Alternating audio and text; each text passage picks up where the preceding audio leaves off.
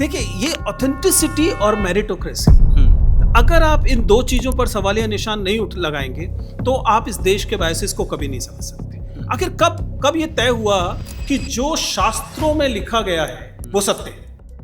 आपकी नज़र में एजुकेशन का मीनिंग क्या है? शिक्षा जो है वह शोषण के विरुद्ध औजार विकसित करने की एक तकनीक भी है। एजुकेशन का मीनिंग सिर्फ इतना रह चुका है जो मैं आज तक नोटिस करता आया हूँ कि भाई एक अच्छी नौकरी मिल जाए, या फिर एक इवन मैंने तो ऐसे कई जगहों पर मैंने ये भी देखा है कि हमारे बेटे और बेटी की अच्छी शादी हो जाए, अच्छा रिश्ता मिल जाए।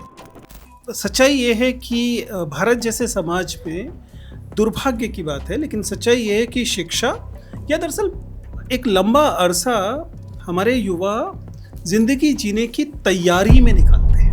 वे उम्मीद ये करते हैं कि 5 साल, 7 साल, 10 साल लगाकर वे जिंदगी की तैयारी कर लें, यानी कि उसके बाद जिंदगी जीना शुरू करेंगे। जब हम स्कूल में घुसते हैं, हमारे बच्चों को जहाँ पर रैशनल माइंडसेट देना चाहिए था, स्कूल की हमारी शुरुआत ही एक किसी प्रेयर के साथ होती है। इसकी आवश्यकता नहीं है। ऐसे आस्थावादी जो भी प्रकरण होंगे वो एक बाधा उत्पन्न करते हैं। एक बेहद आत्मविश्वास से हीन समाज जो होता है, जिस समाज का अपना जो आपका जो सेल्फ कॉन्फिडेंस है वो बहुत नीचे होता है, उस समाज की मजबूरी हो जाती है कि वो बार बार अपने अतीत पे जाए और उसका गौरवगान करते हुए कहे नहीं हम भी कुछ हैं। अगर इतिहास वाकई इतना गौरवशाली है तो उसमें आपको इस बात के लिए तो अतिरिक्त दबाव नहीं डालना पड़ेगा कि बहुत अच्छी चीज़ थी उस पर गर्व करो। एक चीज़ को उठाकर उस पर गरिमा और गौरव दिखाते हैं और दूसरी चीज़ को छिपा ले जाते हैं। आखिर इसी इतिहास से जाति निकलती है, इसी इतिहास से वो अमानवीय परंपराएं निकलती हैं जिसमें किसी को इसलिए जला दिया जाता है क्योंकि वह विधवा हो गई है। आपको पता नहीं लगा, लेकिन राम कुमार वर्मा जैसा साहित्यकार आप चुपके से बच्चे के मन में ये डाल गया कि जब भी किसी को उर्दू बोलते हुए देखो मान लेना क्या क्रांत है। हेलो दोस्तों, आप सभी लोगों का स्वागत है आज के इस खास पॉडकास्ट के अंदर। और आज की इस खास चर्चा में, जैसे कि मैं पिछले पॉडकास्ट में आपको वार्निंग दे चुका हूँ कि हमारा उद्देश्य किसी भी जाति, धर्म, मजहब, पंथ और किसी भी पॉलिटिकल पार्टी के समर्थक की भावनाओं को ठेस पहुँचाना नहीं है। हमारे उद्देश्य इस पॉडकास्ट का समाज में फैली कुरीतियों, अंधविश्वास, भेदभाव को ख़त्म करना है। और जिस प्रकार से हमारे देश में अंधविश्वास जो अपनी पीक पर चढ़ता जा रहा है, तो ऐसी खास चर्चा के लिए हमारे पास खास मेहमान भी होने बहुत ज़रूरी हैं। तो हमारे साथ हैं विजेंद्र चौहान सर, और पहले मैं सीधा कैमरा सर के पास ले चलूँगा। सर, आपका बहुत बहुत स्वागत है और बहुत बहुत धन्यवाद हमारे इस पॉडकास्ट में आने के लिए। शुक्रिया दीपक, आपने मुझे अवसर दिया और आप महत्वपूर्ण काम कर रहे हैं। शुभकामनाएं। Thank you sir. काफ़ी लंबा इंतज़ार करना पड़ा, लगभग 2 से 3 महीने का आपसे इस बातचीत के लिए, और मैंने सोचा था कि आपको ज़रूर बुलाना है सर। क्योंकि आपका जो पास्ट रहा है और आप जो अभी काम कर रहे हैं, वो काम एक उस तरह का काम है जो हमारे देश में आज सबसे ज़्यादा ज़रूरी जो मुझको महसूस होता है वो है एजुकेशन को लेकर।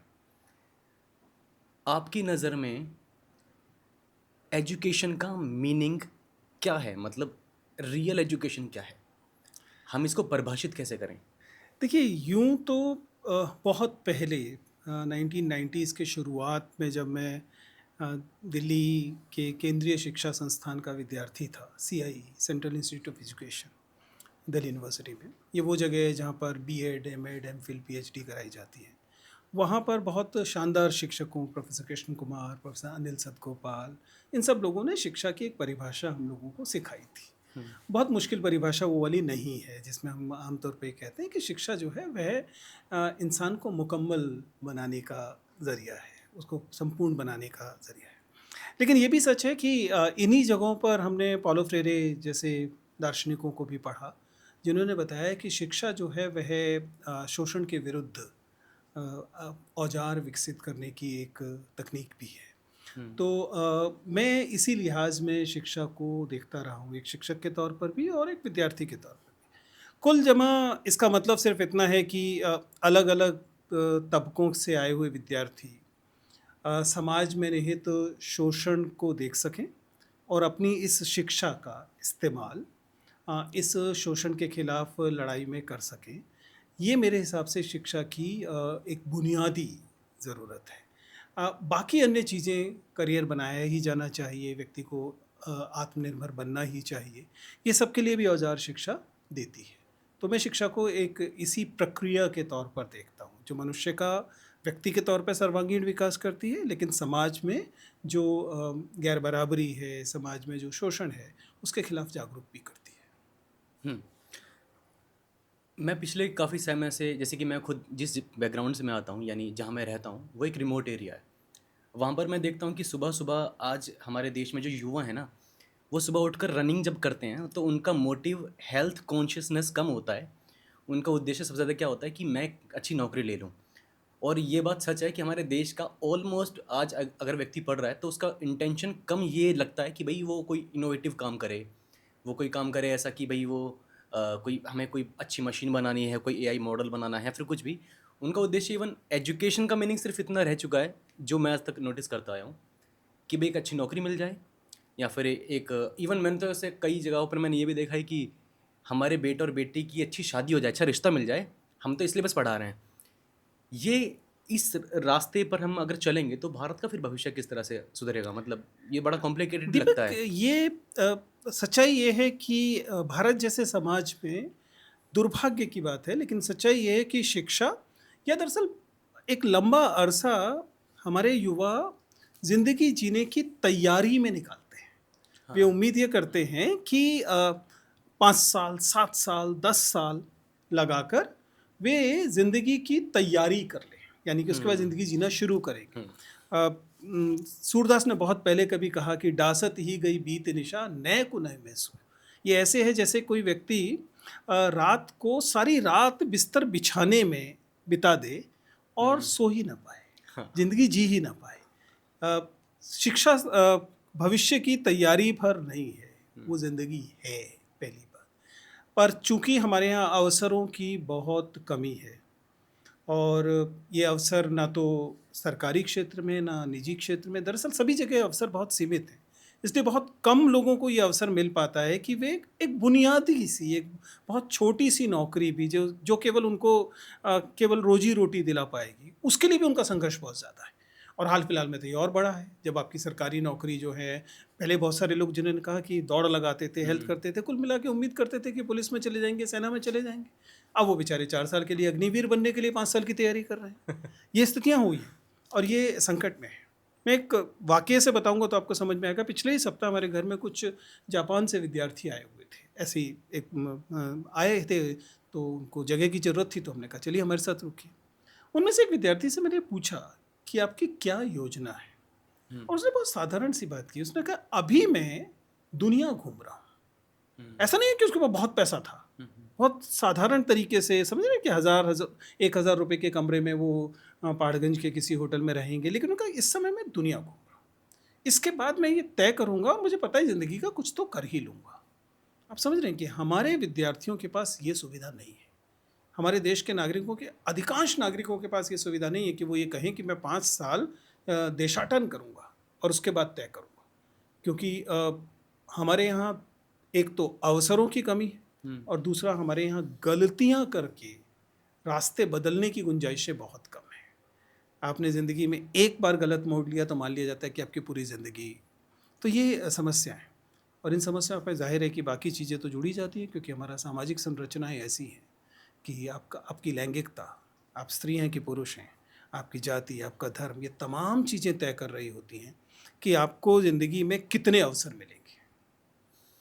एक चीज़ भी काफ़ी टाइम से नोटिस करने को मिल रही है कि आज भी हम 2025 में भारत में रह रहे हैं, और बहुत-बहुत बड़ी बातें हमारे देश के पार्लियामेंट से भी की जाती हैं। बहुत सारे नेता भी इस बातों को करते हैं।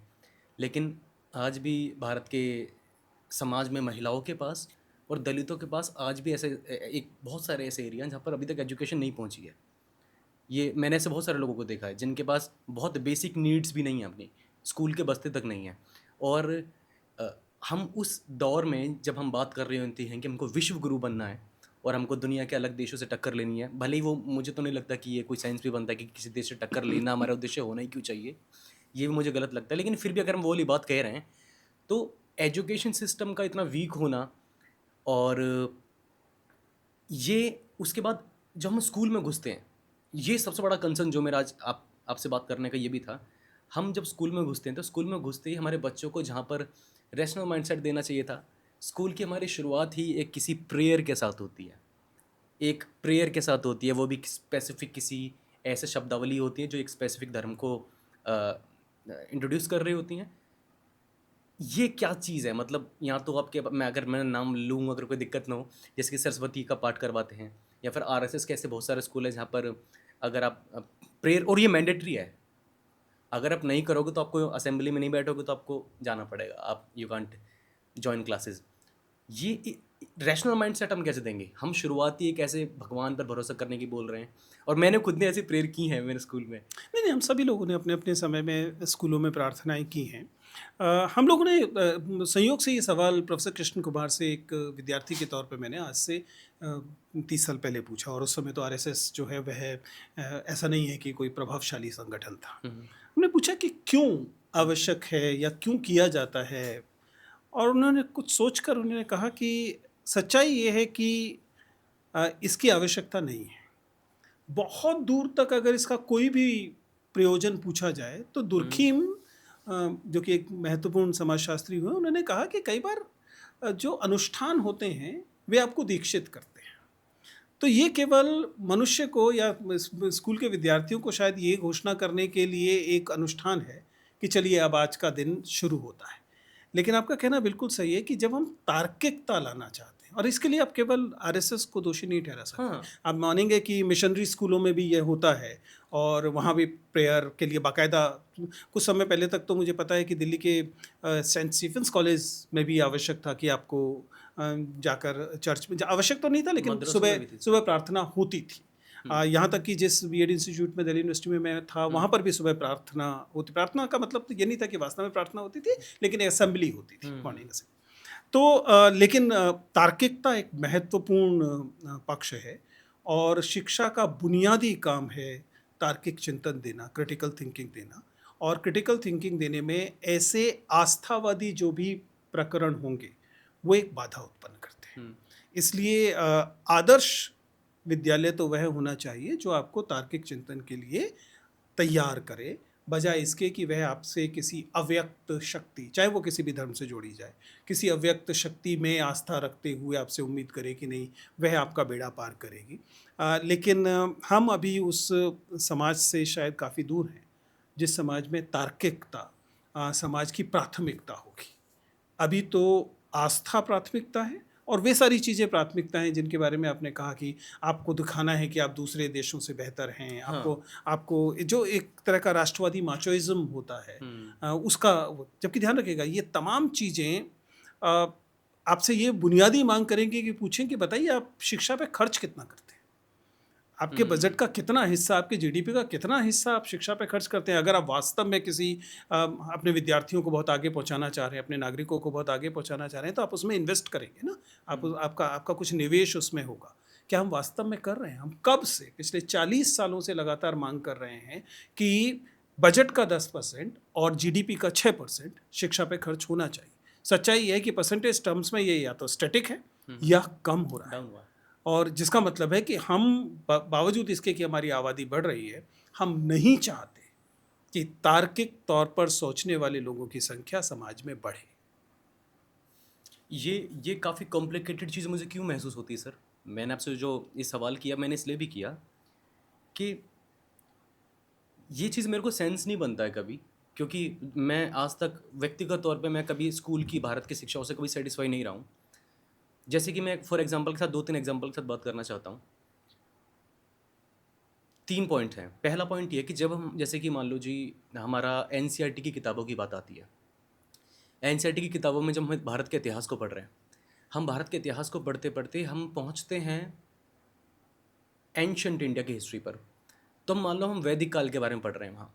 जब हम वैदिक काल के बारे में पढ़ रहे हैं, और क्योंकि वो हमारे देश के स्कूल्स की हिस्ट्री के सिलेबस में पढ़ाई जा रही है, और जितना आज तक मैं समझ पाया हूँ, और ऐसे आज आप जैसे और भी बहुत सारे ऐसे बुद्धिजीवी जो लोग हैं, वो ट्विटर के ऊपर भी है, सोशल मीडिया पर अलग अलग तरह से वो इस बात को उठाते हैं कि हमारे पास ऐसे कई सारी चीज़ों का एविडेंस है। मैं खाली एक एग्जांपल देकर बता रहा हूँ, वैदिक काल वाला सिर्फ एग्जांपल दे रहा हूँ, ऐसी कई सारी चीज़ें। लेकिन जो कि भारत के इतिहास के अंदर सिलेबस के तौर पर करिकुलम में ऐड की गई हैं, बट हमारे पास उसकी कोई स्पेसिफिक स्ट्रॉन्ग एविडेंस हमको नहीं मिलते हैं।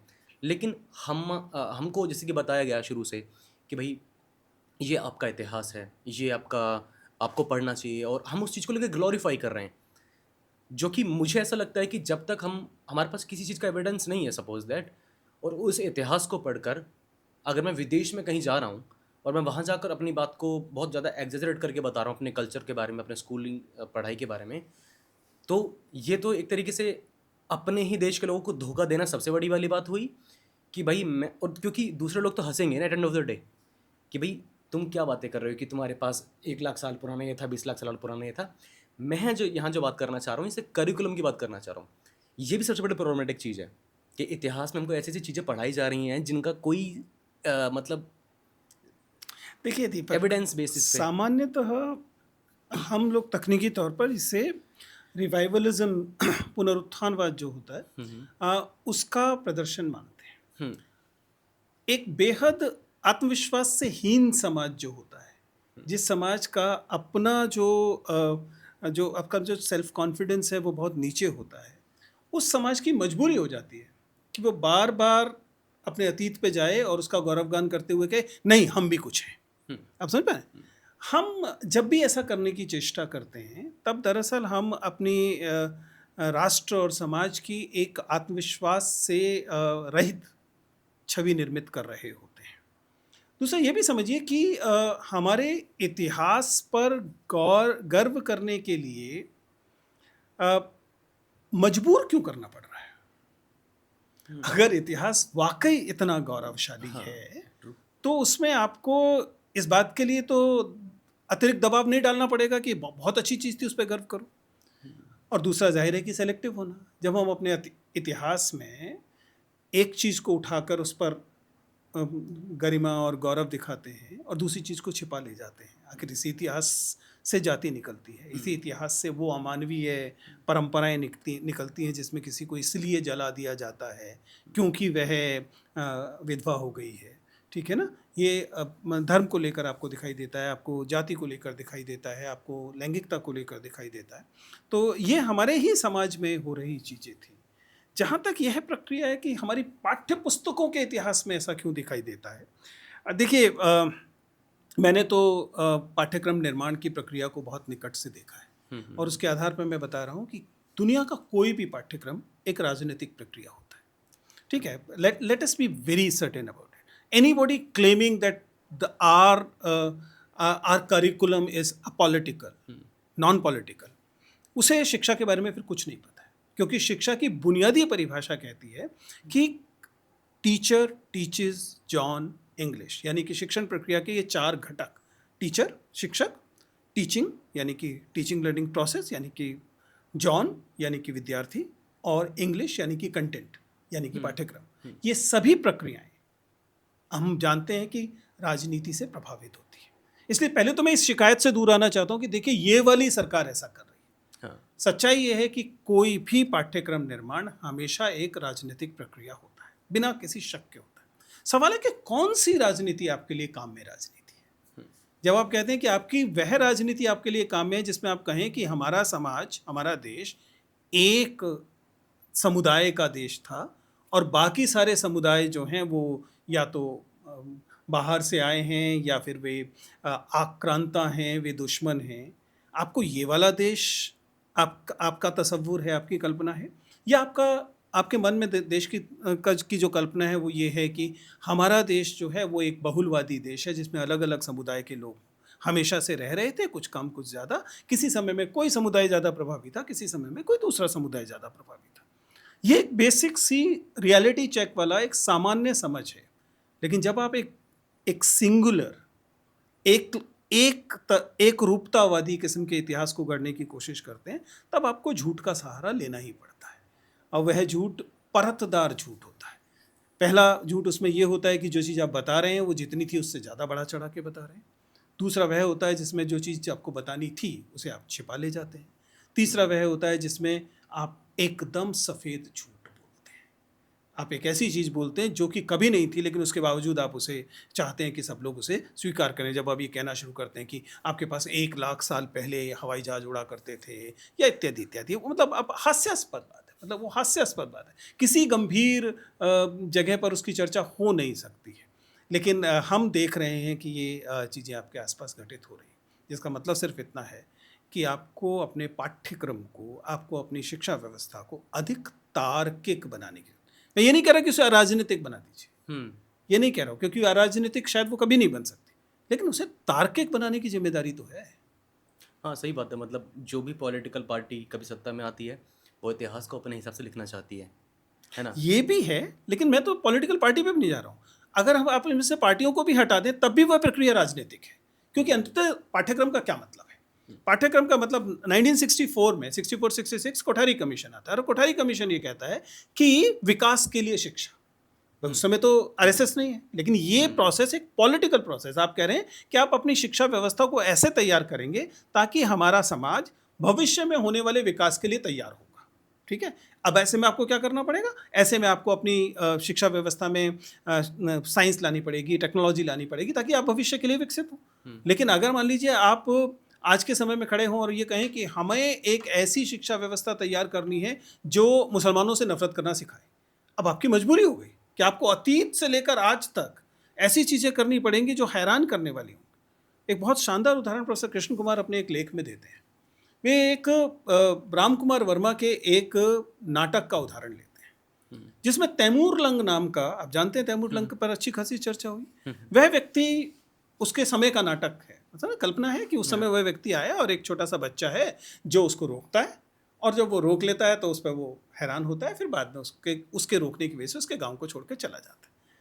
राम कुमार वर्मा इस नाटक में जो कुछ कहते हैं उसका विश्लेषण करते हुए कृष्ण कुमार याद दिलाते हैं कि देखिए, वो आके खड़ा हुआ है, बच्चा बाहर से घर आया और घर में तैमूर लंग खड़ा है। वो जाके कहता है, हैरान होता है कि आप कहाँ हो? तो बोलता है, तुम कौन हो? तो वो कहता है कि मेरी वर्षगांठ है, शब्दों को ध्यान से सुनिएगा, मेरी वर्षगांठ है और मैं इसके लिए दूध लेने गया था। तैमूर लंग पूछता है कि कौन सी जुबान बोलते हो, साफ जुबान में बताओ क्या बात है।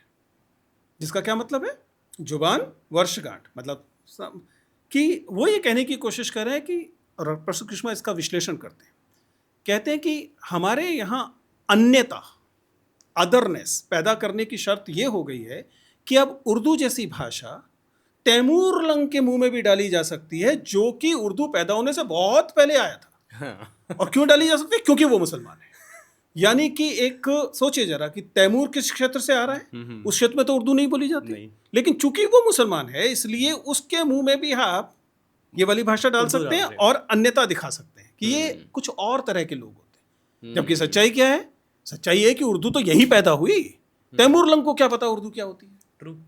लेकिन आप एक 7वीं क्लास के बच्चे के मन में ये डाल देना चाहते हैं कि बाहर से आए हुए आक्रांताओं की भाषा उर्दू है। और ये बहुत बहुत शातिर तरीके से किया गया काम है, क्योंकि उसके बाद अगर वो 7वीं क्लास के बच्चे के मन के अवचेतन में ये बात चली गई तो वो हमेशा मानेगा कि जो भी आक्रांता आते थे वो उर्दू बोलते थे। इन अदर वर्ड्स, जो भी उर्दू बोलते हैं वो सब आक्रांता होते हैं, which is not at all true. आप जिस इलाके से आते हैं, खुर्जा, वहाँ की भाषा है उर्दू। मैं जिस शहर में रहता हूँ, दिल्ली, उसकी भाषा है उर्दू। उर्दू और हिंदी तो साथ साथ एक ही भौगोलिक क्षेत्र की भाषाएं हैं। उनका क्या लेना देना तैमूर लंग से? उनका क्या लेना देना फॉर दैट मैटर अकबर से? वो तो यहाँ आने के बाद, मुगलों के यहाँ आने के बाद विकसित हुई भाषाओं में से है। वहाँ कौन सा अफगानिस्तान में उर्दू बोली जा रही है या ईरान में उर्दू बोली जा रही है? तो ये भाषा का महीन काम है, आपको पता नहीं लगा, लेकिन राम कुमार वर्मा जैसा साहित्यकार, आप चुपके से या बच्चे के मन में ये डाल गया कि जब भी किसी को उर्दू बोलते हुए देखो, मान लेना कि आक्रांता है। तो सर मतलब जो हम करिकुलम के बारे में आपने जो सारी बातें बताई, प्रॉब्लम यहाँ तक भी सीमित नहीं है। अब इससे एक नई प्रॉब्लम क्रिएट होती है। मैं समझता हूँ कि हमारे पास हमारी जो खुद की मिसाइल्स हैं, मिसाइल्स इन द सेंस बच्चों को अगर बढ़िया बनाना है, मैं मिसाइल बोलूँ क्या बोलूँ, मुझे तो यही लगता है कि टीचर्स हमारे पास सबसे बेहतरीन हथियार होते हैं किसी बच्चों को एक मजबूत एक आने वाला भविष्य बनाने के लिए। मैंने खुद ने ऐसे बहुत सारे टीचर्स को देखा है, आज तक बहुत सारे, और एक भी ऐसे टीचर्स को नहीं देखा जो व्यक्ति या तो ईश्वर में भरोसा नहीं कर रहा है या रैशनल ना हो। मतलब वो कहीं ना कहीं उसका जो जो झुकाव है किसी न किसी स्पेसिफिक धर्म के तौर पे रहता है कि भाई या तो कोई व्यक्ति भले ही हमको पहले चार्ल्स डार्विन के बारे में बताएंगे, थ्योरी ऑफ एवोल्यूशन बताएंगे big bang at end of the day, फिर वो मेरे को यही बताएंगे कि उस भगवान ने उसको ऐसा कर दिया, उस भगवान की वजह से हम ऐसे पैदा हुए हैं। ये टीचर का जो दोहरा व्यवहार होता है और बच्चे के सामने ही होता है। जब तक वो किताब खोल के बैठा है वो चार्ल्स डार्विन के बारे में बता रहा है, किताब बंद होने के बाद ये भी ये बताएगा कि आज मेरा व्रत है, मैं पानी नहीं पीऊंगा। ये बहुत ही मतलब गजब तरह का एक लूप होल तैयार हो रहा है। बच्चे ये भी बोल रहे हैं कि हाँ ठीक है, बिग बैंग भी है, ठीक है, चार्ल्स डार्विन भी है, लेकिन भाई अ, सब कुछ तो है ही ऊपर वाले की वजह से। लेकिन देखिए, टीचर्स की बात कर रहा हूँ मैं यहाँ पर। ये जो ज्ञान का द्वैत देखने को मिलता है, हाँ। ये हमारे समाज की पैदाइश है।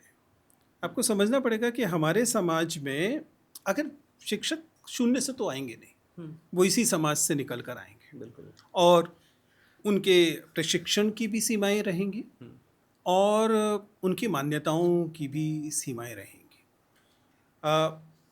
सेकुलर एजुकेशन जिसकी आप मांग कर रहे हैं, सेकुलर का मतलब केवल धर्म के संदर्भ में नहीं होता। सेकुलर का मतलब तार्किक शिक्षा, मतलब एक ऐसा सेकुलर की जो परिभाषा मैं समझता हूँ वह है कि जब आप अलौकिक का निषेध करते हुए लौकिक दुनिया की दुनियावी चीज़ों की बात। एक्चुअली।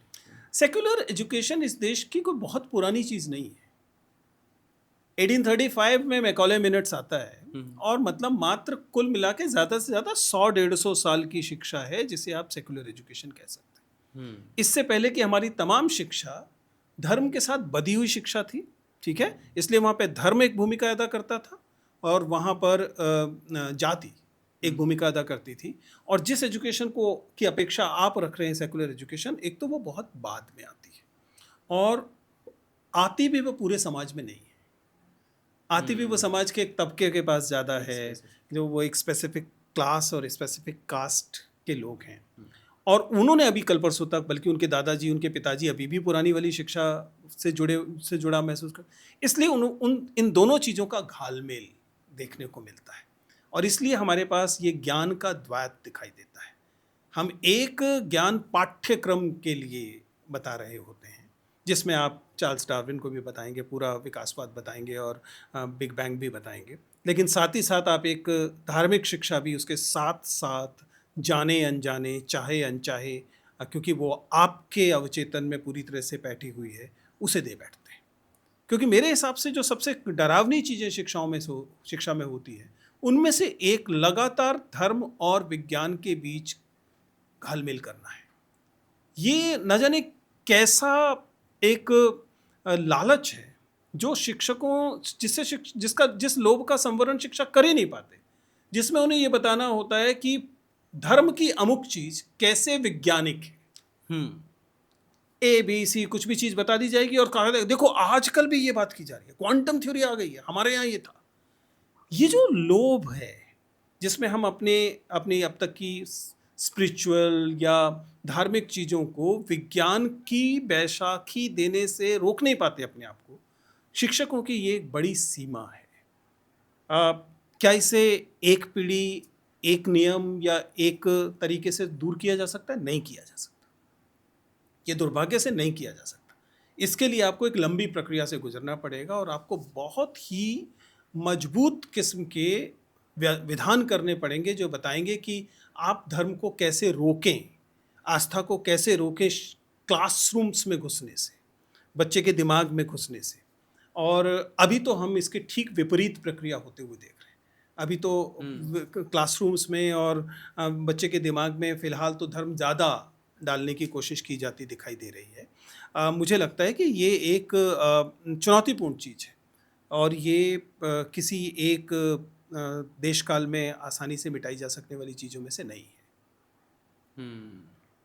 क्योंकि मैं इस चीज़ को मैंने जब पहली बार मैंने नोटिस किया तो मैंने शायद एक बारी एक टीचर थी, प्रोफेसर थी, रितु सिंह जिनका नाम था, वो अपना प्रोटेस्ट कर रही थी किसी अपनी डिमांड को लेकर किसी चीज़ की। तो मैं फ़र्स्ट टाइम मैं वहाँ पर गया था उस कॉलेज में। वो स्कूल कॉलेज का नाम मुझे मालूम नहीं, दिल्ली यूनिवर्सिटी का कॉलेज है। तो मैंने वहाँ पर देखा कि कॉलेज के अंदर आरएसएस की शाखा लग रही है।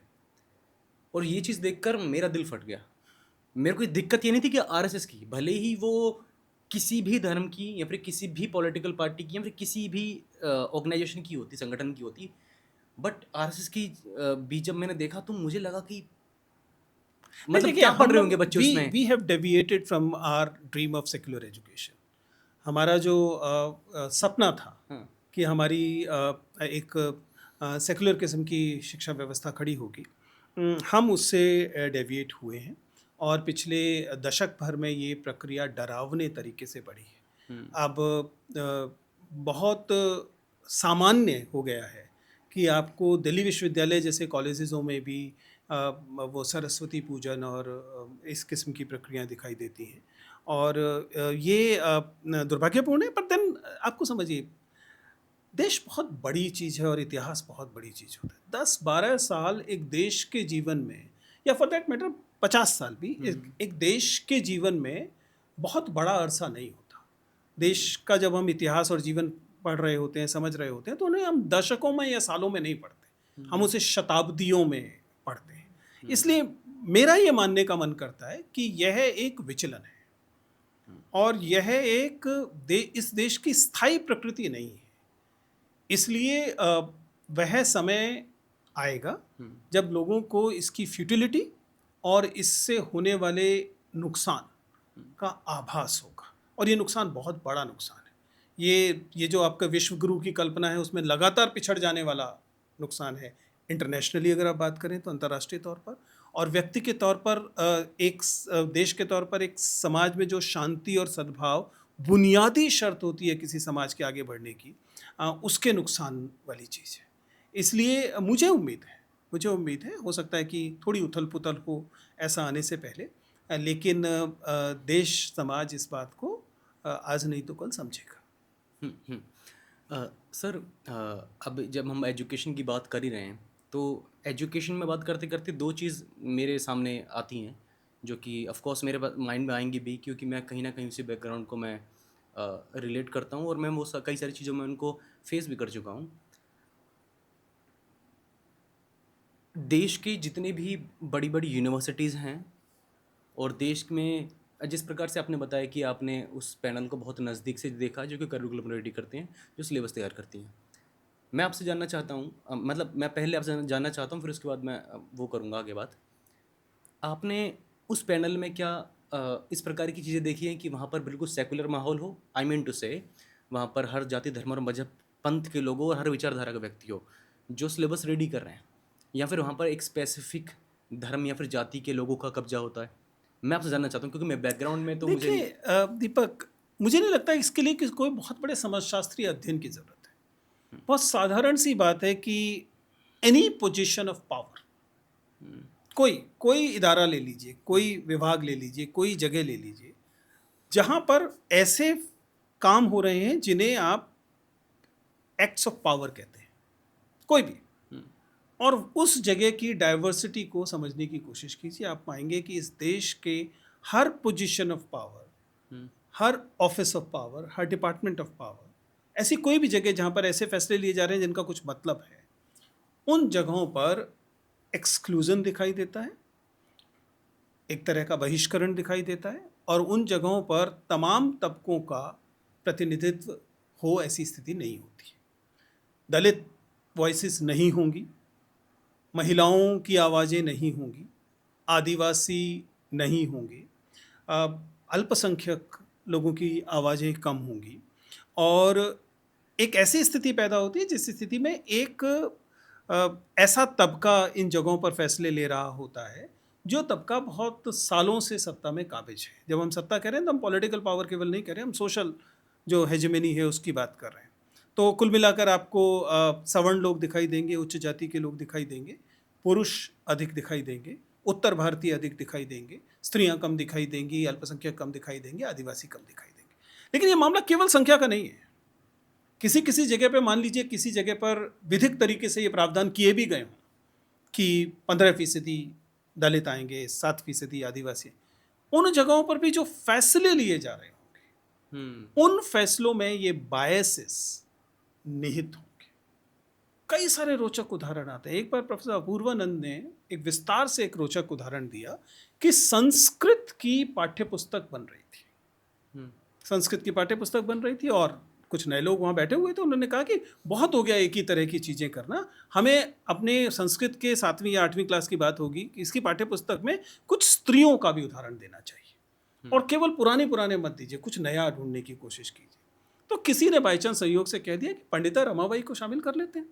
हम्म, पंडिता रमाबाई के विषय में उस समय लोगों को अधिक नहीं पता था। उन्होंने कहा पंडिता रमाबाई तो एक तो पंडिता है, लिखा हुआ पंडिता, तो कोई दिक्कत ही नहीं है, और संस्कृत की शिक्षिका है, चलिए उन्हें शामिल कर लेते हैं। तो पंडिता रमाबाई को उस समय संयोग से पाठ्यक्रम में शामिल करने की अनुमति हो गई। अगली बार उसी बैठक में का जब अगला संस्करण आया, तब पता लगा कि कई पंडित जी लोग खड़े हो गए कि पंडिता रमाबाई कैसे हो सकती, क्योंकि तब तक तो उन्हें पता ही नहीं था कि पंडिता रमाबाई कौन है। फिर पूछा गया कि पंडिता रमाबाई से आपको क्या आपत्ति है, कि पंडिता रमाबाई ने तो एक ईसाई व्यक्ति से शादी की थी। अच्छा। अब पंडिता रमाबाई तो ईसाई व्यक्ति की पत्नी है, उसे अगर हम पाठ्यक्रम में डालेंगे तो उसका बुरा प्रभाव बच्चों पर पड़ेगा। आप समझ सकते हैं कि कैसे ये काम कर रहा है। मुझे सिर्फ इतना ही नहीं है कि पंडिता रमाबाई को बाद में उस पर आपत्ति की गई, मेरा ये भी है कि पंडिता रमाबाई को पहले क्यों हाँ कहा गया था क्योंकि वो पंडिता थी नाम से आप समझ पा रहे हैं कि इस बात को उन्हें लगा कि उच्च जाति की होंगी, जिस तरीके से है, संस्कृत है वगैरह वगैरह। ये एक अलग बात है कि इस घटना के बाद वो पंडिता रमाबाई पाठ्यक्रम में आती है या नहीं आती, वो इररेलेवेंट है यहाँ पर। जो रेलेवेंट बात है वो ये है कि ऐसा हमारे यहाँ हर निर्णय की प्रक्रिया में होता है। हमारे बायसेस, जो हमारे पूर्वग्रह हैं, जिनमें से बहुत पूर्वग्रहों से हम स्वयं भी परिचित नहीं होते, वो पूर्वग्रह प्रभावित कर रहे होते हैं फैसलों। मैंने अभी हाल में एक पेपर लिखा, रिसर्च पेपर, जिसमें मैंने ये बताने की कोशिश की on the basis of context available कि फॉरगेट अबाउट इट कि किसी पाठ्यक्रम समिति में क्या हो रहा है। आर्टिफिशियल इंटेलिजेंस जब फैसले कर रहा है, एआई जब फैसले कर रहा है, तब भी वो बायसेस आ रहे हैं, जो बायसेस उन लोगों के बायसेस हैं जिन लोगों ने प्रीट्रेंड किया एआई को। आप इस बात को समझ, क्योंकि आप मतलब मान लीजिए चैट जीपीटी, तो चैट जीपीटी का जनरेटिव प्रीट्रेंड ट्रांसफॉर्म्स है, प्रीट्रेंड है। प्रीट्रेंड करने में लोग शामिल हुए थे, उन लोगों के कुछ बायसेस थे। वो बायसेस जो जाति को लेकर होंगे, जो लैंगिकता को लेकर होंगे, जो दूसरी चीजों को, वो उन रिस्पॉन्सेज में रिफ्लेक्ट होते हैं जो रिस्पॉन्सेज एआई दे रहा है। आपको लगेगा मशीन दे रही है, आपको लगेगा मशीन दे रही है, लेकिन मशीन भी उन बायसेस से मुक्त नहीं हो पा रही है, क्योंकि वो कॉर्पस जिस कॉर्पस पर यह आर्टिफिशियल इंटेलिजेंस खड़ी होती है, उसी में निहित है बायसेस। एलएलएम में ये दिखाई देता है। अगर आप किसी एलएलएम को का अध्ययन करने की कोशिश, लार्ज लैंग्वेज मॉडल्स जो होते हैं उनका अध्ययन करने की कोशिश करेंगे, तो आप पाएंगे कि उसके अंदर बायसेस है।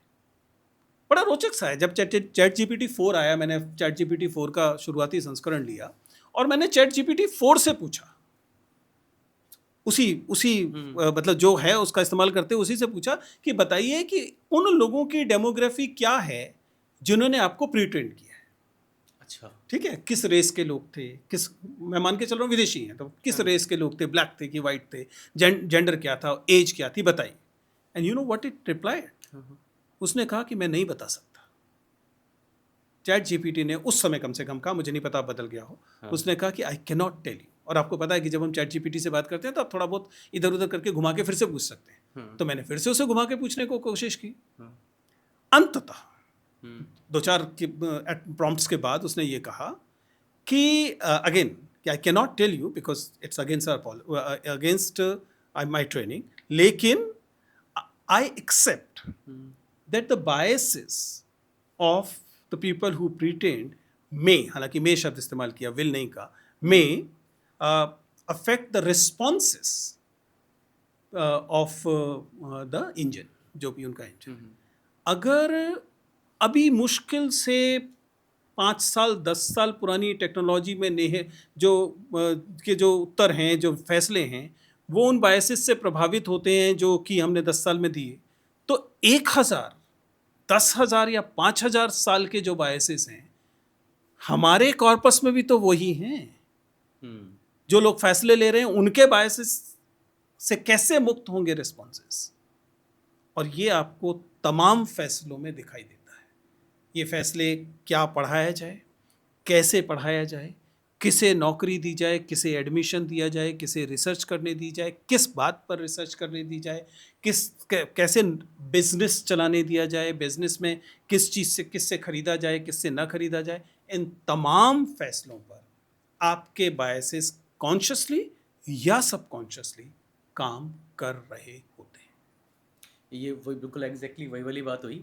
जैसे कि कोई समय था, शायद अभी ऐसे बहुत सारे लोग होते हैं जब कि बोलते हैं कि भाई ऐसा ऐसा ये वाली बात है, तो बोलते हैं नहीं ऐसा नहीं है, जा गूगल कर ले। हाँ, क्योंकि भाई गूगल खुद उसमें इंफॉर्मेशन देने वाले हम ही लोग हैं, हम वेबसाइट बनाते हैं, हम विकिपीडिया को हम खुद उसका एडिट कर पाते हैं, तो उसको एक सोर्स ऑफ ऑथेंटिक मान लिया गया है कि हाँ भाई ये ऑथेंटिक सोर्स है, अगर गूगल बता रहा है कुछ भैया भी तो सही है। अंततः एक देखिए, ये ऑथेंटिसिटी और मेरिटोक्रेसी, हम्म अगर आप इन दो चीज़ों पर सवालिया निशान नहीं उठ लगाएंगे तो आप इस देश के बायसेस को कभी नहीं समझ सकते। आखिर कब कब ये तय हुआ कि जो शास्त्रों में लिखा गया है वो सत्य है?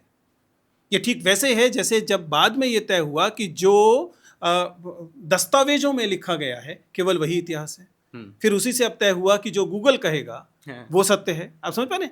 लिखित लिखित ही प्रामाणिक है, लिखित ही सत्य है। इसका मतलब है लिखने वाला ही सत्य का एकाधिकारी है। बेसिक मतलब है ना। जब जैसे आपने कहा कि ओरल टेक्स्ट की तुलना में written text will be consider more powerful, at the same time you are actually claiming कि the person who is writing उसके बायसेस ज़्यादा महत्वपूर्ण होंगे, उसका तथ्य उसका अधिकार प्राधिकार ज़्यादा होगा बनिस्बत उसके जो नहीं लिख पाता, जो नहीं लिखेगा, जिसे लिखने का हक नहीं होगा।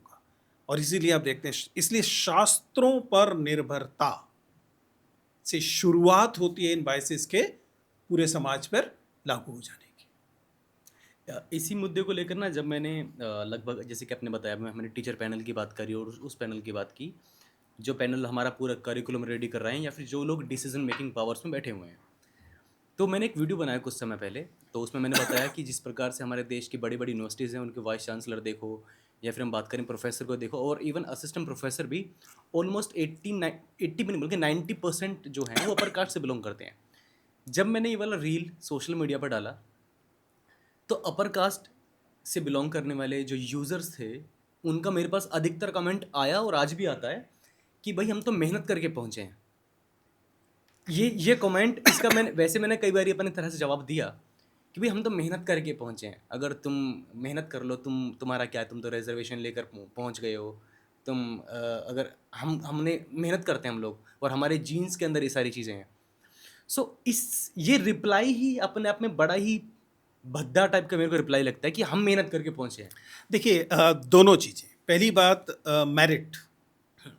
अगर आप कंस्ट्रक्शन ऑफ मेरिट, आप इस मेरिट की निर्मिति पर सवालिया निशान नहीं लगाएंगे, तब एकदम तय है कि आपको बार बार हर वह प्रयास जो किसी को डाइवर्सिटी में, किसी को इंक्लूजन की तरफ ले जाने वाला लगता है, आपको वह आपत्तिजनक लगेगा, आपको वह लूट जैसा लगेगा। क्योंकि मूलतः ये कहाँ से आया है? मूलतः ये इस बात से आया है कि आप ये मानकर चलते हैं कि इस संसाधनों पर आपका और केवल आपका हक था, और जैसे ही आप अपने से भिन्न लोगों को उसमें शामिल होते, उस हक में मांग करते हुए देखते हैं, आपको लगता है कि आपसे छीना जा रहा है। मैं तो दूसरा सवाल उठाता हूँ ना, कि अगर आज देश में वाइस चांसलर्स में 95% लोग अपर कास्ट से आते हैं, वे वहाँ कैसे पहुँचे? क्योंकि या तो आप ये मानकर चलते हैं कि नहीं, लोगों की क्षमताएं भिन्न भिन्न होती हैं। जो सवर्ण लोग होते हैं वो ज़्यादा बुद्धिमान होते हैं, उनके पास ज़्यादा योग्यता होती है, और बाकी लोगों के पास योग्यता कम होती है। ये तो बिल्कुल यूजेनिक्स ने जो कभी जो नियम दिया था, जिसमें हिटलर ने ये कहा कि भाई आर्य लोग जो हैं वो रेस हैं जिसको शासन करना चाहिए, और बाकी लोगों को, अगर आप उसमें भी यकीन करते हैं तो आपसे कोई बात नहीं हो सकती। लेकिन अगर आप ये मान के चलते हैं कि नहीं, जन्म वह वजह नहीं है, और उसके बाद भी आप सोशल मेरिट की बात करते हैं, तब आपको ये समझना पड़ेगा कि इसका अर्थ ये है कि इतने सालों तक इन पदों पर वे लोग कब्जा लगाए रहे जो जिनका हक इस पैमाने पर नहीं था। क्योंकि एक सामान्य समाज में, जो समाज में आपकी जो आपके समुदाय की जो अनुपात है, वही किसी भी संस्थान में दिखाई देना चाहिए। अगर समाज में मान लीजिए आप 10% हैं, 5% हैं, तो आप नौकरियों में 5% दिखने चाहिए, वाइस चांसलर में 5% दिखने चाहिए, जर्नल्स जो मिलिट्री जनरल है उसमें 5% दिखने चाहिए। लेकिन अगर आपकी आबादी 5% है और आप दिखाई दे रहे हैं 75%, तो फिर वो 70% अतिरिक्त है, वो आपने लूटा है। और वो 1 साल नहीं लूटा है, एक पीढ़ी नहीं लूटा है, आपने लगातार लूटा है। इसका क्या परिणाम हुआ?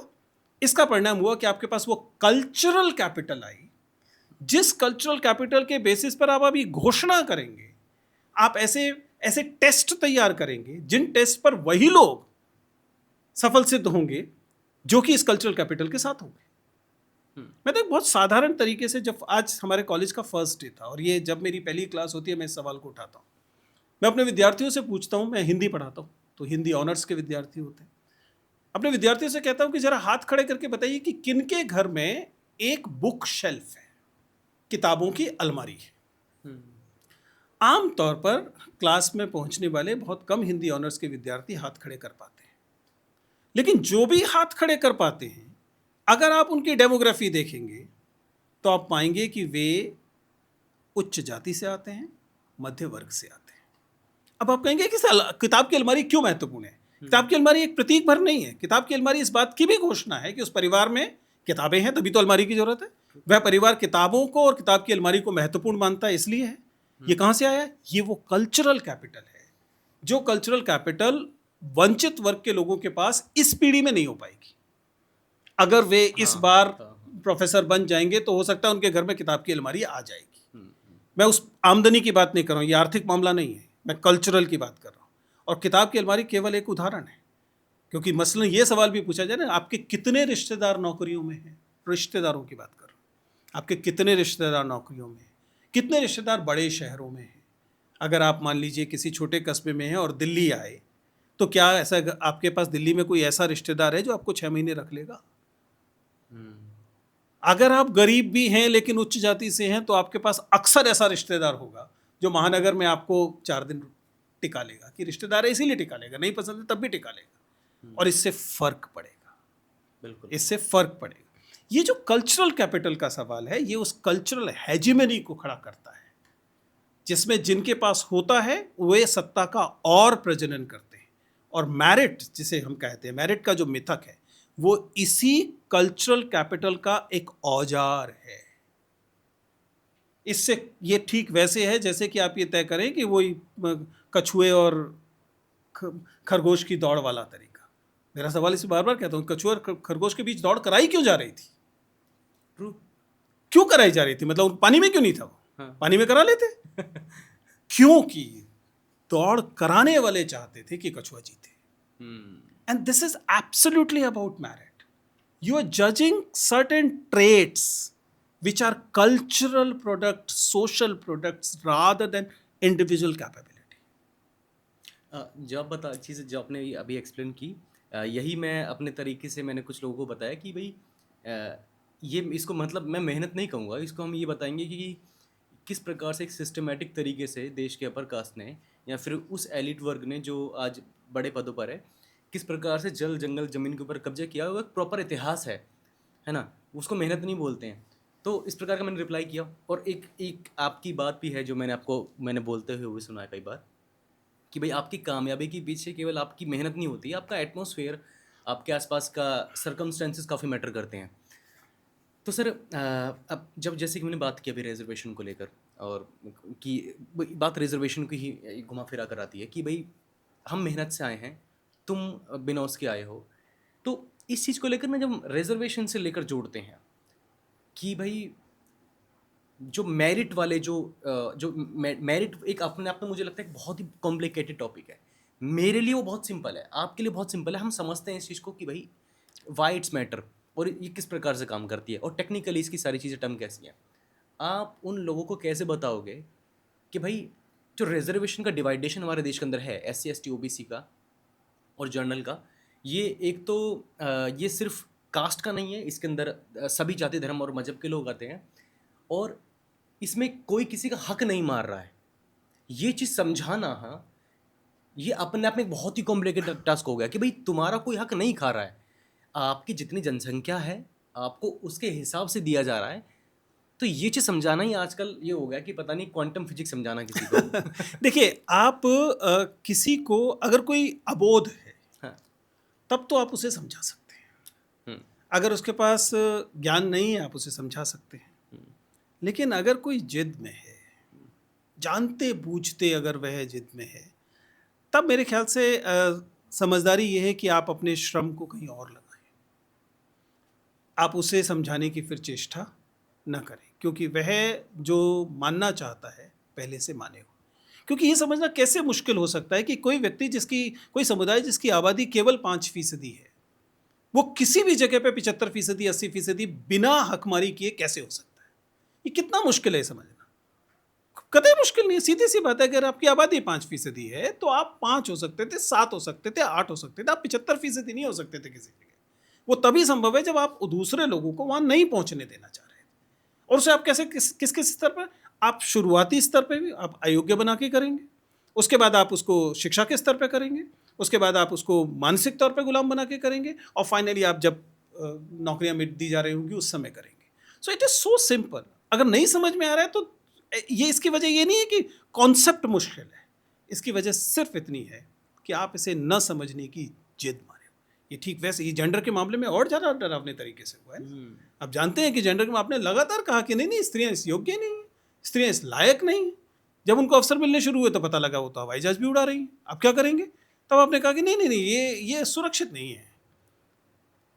कुल मिलाकर मुझे लगता है कि सोशल प्रोसेसेस में जब जब आंदोलन आड़ोलन होता है, जब उथल पुथल होती है, तब बहुत सारे लोगों को जो अब तक लगातार प्रिविलेजेस में थे, अपने प्रिविलेजेस छीनने का डर, वह उनके तमाम कॉग्निशन को, उनके तमाम कॉन्सेप्ट्स को जानबूझकर धुंधला कर देता है।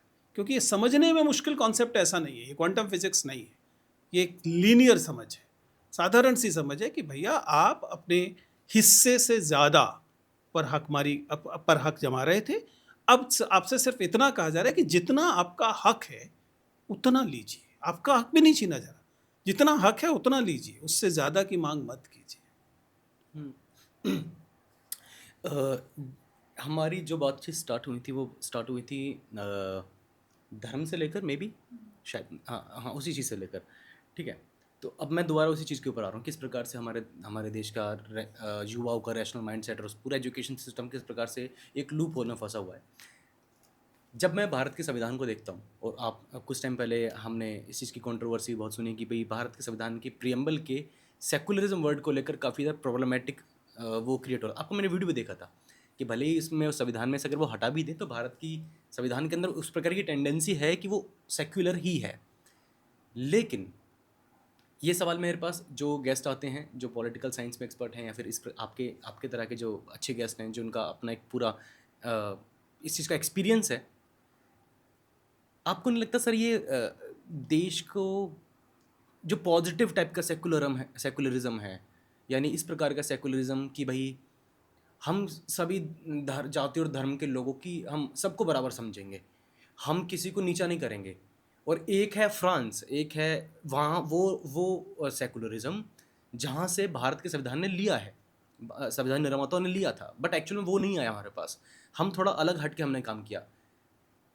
लेकिन जब हम फ्रांस में चल रहे सेकुलरिज्म को देखते हैं कि भाई भारत के किसी भी कॉन्स्टिट्यूशनल बॉडी, किसी भी कोई भी सरकारी जिसके स्कूल हैं या फिर कंपनीज़ हैं या फिर कहीं पब्लिक प्लेस पर आप किसी भी प्रकार का रिलीजियस प्रैक्टिस नहीं कर सकते हो, और ऐसा करने पर आपको बहुत तरह की पनिशमेंट दी जा सकती है, जो कि मुझे लगता है कि वहाँ बहुत ज़्यादा कट्टर भी है, जो मुझको ठीक भी नहीं लगता कभी कभी कि भाई हाँ ठीक है। लेकिन जब भारत में आते हैं, इसका हमें फ़ायदे से ज़्यादा नुकसान आज देखने को मिल रहा है कि पॉलिटिकल पार्टीज़ भी, स्कूल्स भी इसका दबा कर प्रमोशन कर रहे हैं।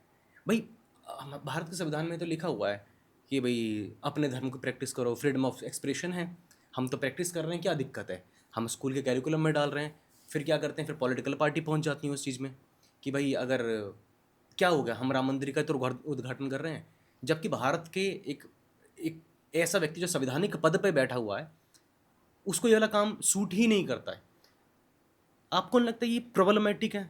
भारत के सेकुलरिज्म आज मुझे लगता है कि थोड़ा-सा कहीं न कहीं दीमक की तरह देश को चूसने वाला काम हो रहा है। देखिए, हम और आप इस बात को कहें और एक दूसरे से सहमत हों, हुँ। मुझे नहीं लगता कि इससे कुछ बदलता है। आप समझ पा रहे हैं कि मतलब आप इस बात को कह रहे हैं, मैं इससे सहमत हो जाता हूँ, बात खत्म हो जाएगी। लेकिन इस बात को समझिए कि भारत का सेक्युलर होना कोई भारत का अतिरिक्त गुण नहीं है। हुँ, ये भारत की परिभाषा है। The India as we know, Bharat की जो संकल्पना हमें पता है, वह केवल सेक्युलर ही हो सकता है। अगर आप भारत को बहुसंख्यकवादी, जैसे हमारे पड़ोस के देश बने, पाकिस्तान बना, अगर भारत को आप केवल एक हिंदू पाकिस्तान के नज़रिए से देखने की कोशिश करते हैं कि भारत का एक प्रमुख धर्म होगा और बाकी मातहत समुदाय रहेंगे, तो आप जो भी बना लीजिए वो भारत नहीं होगा। वो भारत की जो भारत की परिभाषा हम आप समझते हैं वो उसमें नहीं अटेगा। लेकिन आपको ये भी समझना पड़ेगा कि ये जिम्मेदारी वी द पीपल की जिम्मेदारी है। जब आपको आपकी धार्मिक पहचान देश से बड़ी लगने लगे, जब आपको आपकी धार्मिक पहचान देश के संविधान से भी बड़ी लगने लगे, हुँ। फिर then we are it's a lost case. अगर देश का बहुसंख्यक, ये बात बार बार कही जाती है ना कि भारत इसलिए सेकुलर है क्योंकि भारत में हिंदू बहुसंख्यक है। आपको समझना पड़ेगा, जिस क्षण आप ये बात कहना शुरू करते हैं, हुँ, आप दरअसल आप ये वाला गुण उस बहुसंख्यक समुदाय से छीन लेते हैं। द मोमेंट यू से it, you lost the very same trait. लेकिन ये बात सच्चाई है कि देश के सेकुलर बनाए रखने की जिम्मेदारी देश के बहुसंख्यक समुदाय को लेनी ही चाहिए। ठीक है, बहुसंख्यक समुदाय को कह रहा हूं, क्यों? क्योंकि बहुसंख्यक सांप्रदायिकता अल्पसंख्यक सांप्रदायिकता से कहीं ज्यादा डरावनी है, कहीं ज्यादा खतरनाक है और उसके परिणाम कहीं ज्यादा भयंकर है। अल्पसंख्यक सांप्रदायिकता भी कोई अच्छी चीज नहीं है, लेकिन अल्पसंख्यक सांप्रदायिकता वो ज्यादा से ज्यादा एसर्शन पे जाएगी, ज़्यादा से ज़्यादा मस्जिदों में जाने पर आएगी। वह देश समाज के लिए खतरनाक नहीं बनेगी।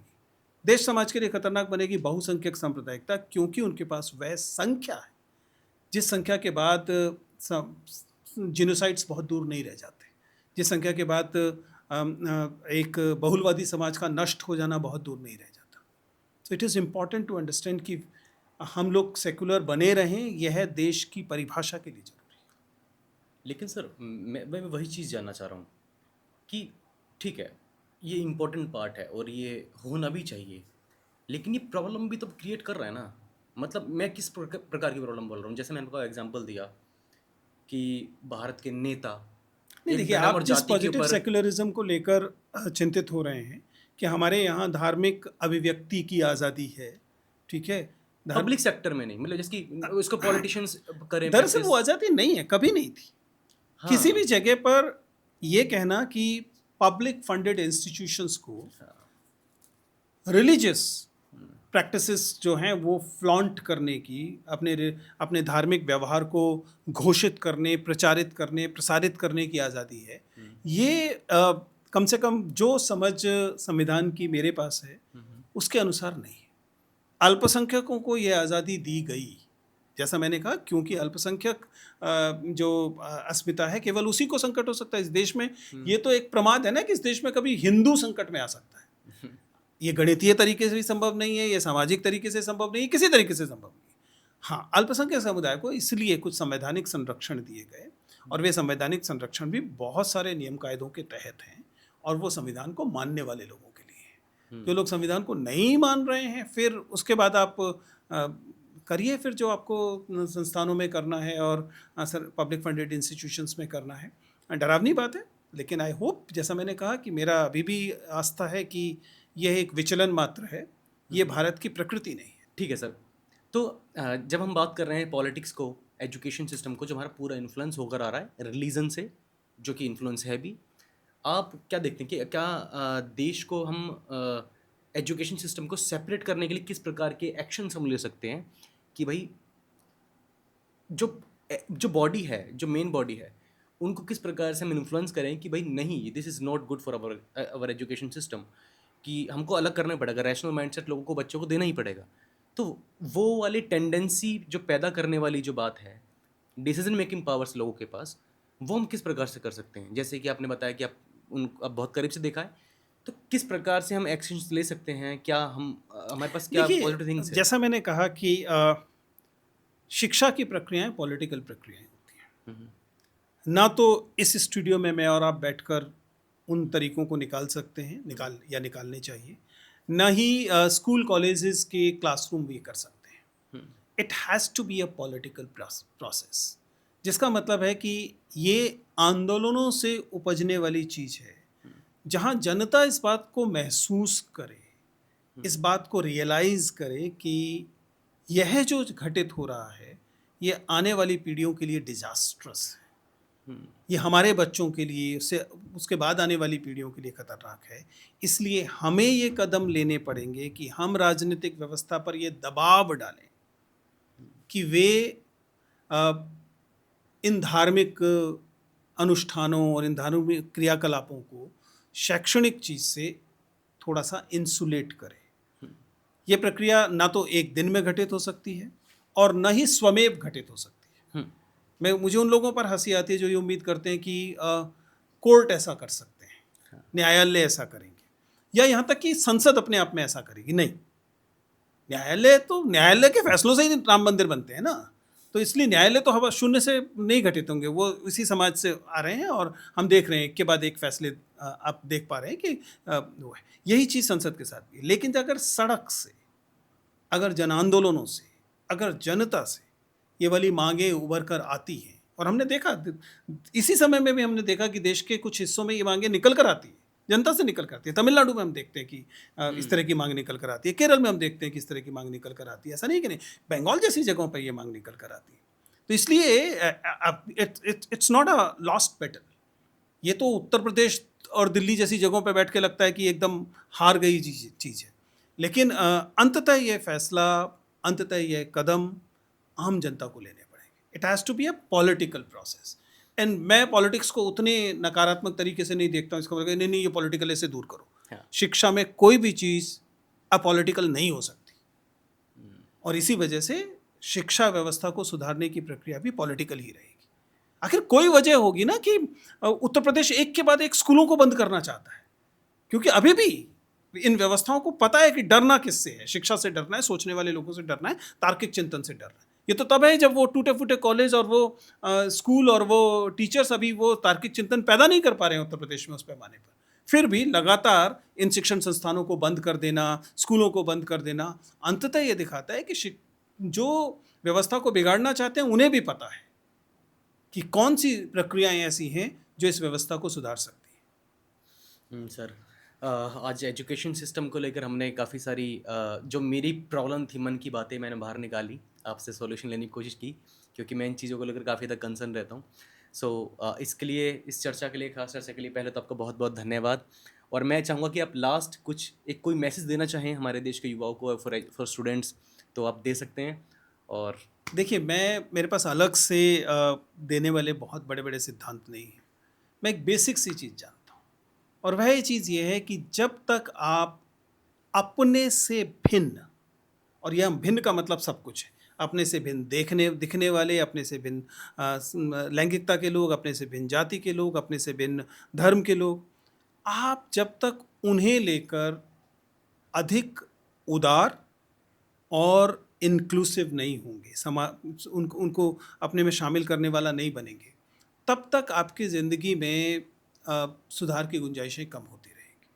The moment you are friendly, you are willing to learn from people unlike you, जो आपकी जाति से नहीं आते, जो आपके धर्म से नहीं आते, संभव हो तो आपकी राष्ट्रीयता से नहीं आते, आपके सेक्सुअल प्रेफरेंसेस से नहीं आते, उन लोगों के साथ जितना ज़्यादा आप रहेंगे, जिएंगे, उनका परिचय प्राप्त करेंगे, आप पाएंगे कि दुनिया उतनी खूबसूरत होगी।